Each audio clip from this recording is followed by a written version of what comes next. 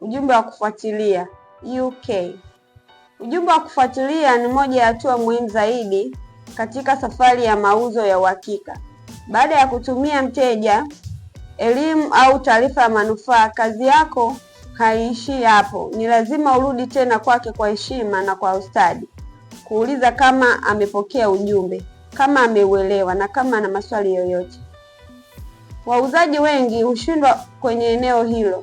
Wanatuma taarifa mara moja kisha hukaa kimya wakitarajia mteja atawatafuta, lakini ukweli ni kwamba katika maisha ya kila siku yenye shughuli nyingi, ujumbe wako unaweza kupotea kwenye simu au barua pepe za mteja bila kufuatilia.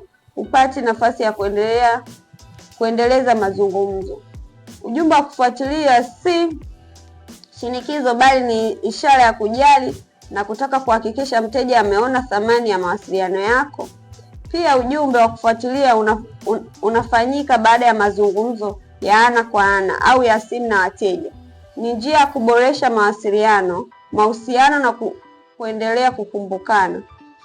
Kwenye sura hii ya 5 tunakwenda kujifunza namna bora ya kuwafuatilia wateja kupitia ujumbe